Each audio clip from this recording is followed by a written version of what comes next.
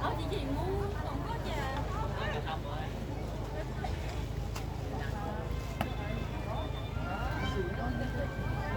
Cái gì chị đi chơi không?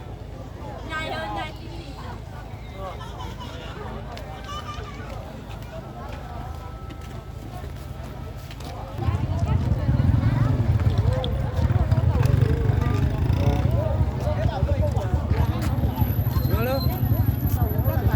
Ừ. Bột mì tê à?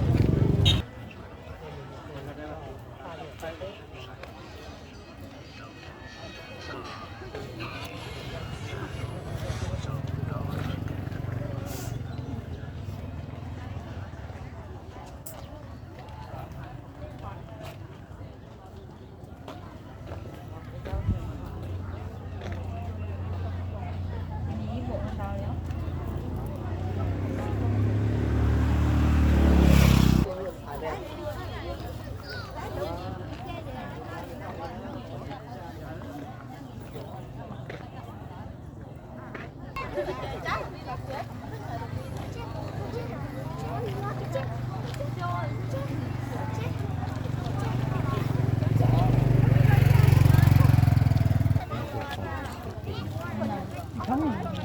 Mấy vô đây lý chèn rồi. Con đo. Chị có xin nào dụ nhanh như đâu.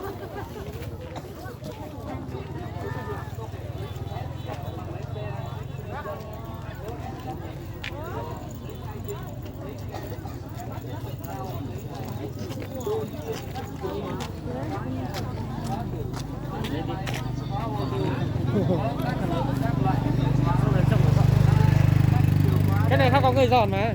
Không thấy dọn sang đây anh còn thấy dọn từ kia. Bằng lái xe, chứng minh nhân dân, có ép lắp đích, bìa đỏ, giấy khai sinh, giấy đen, ép chất lượng cao.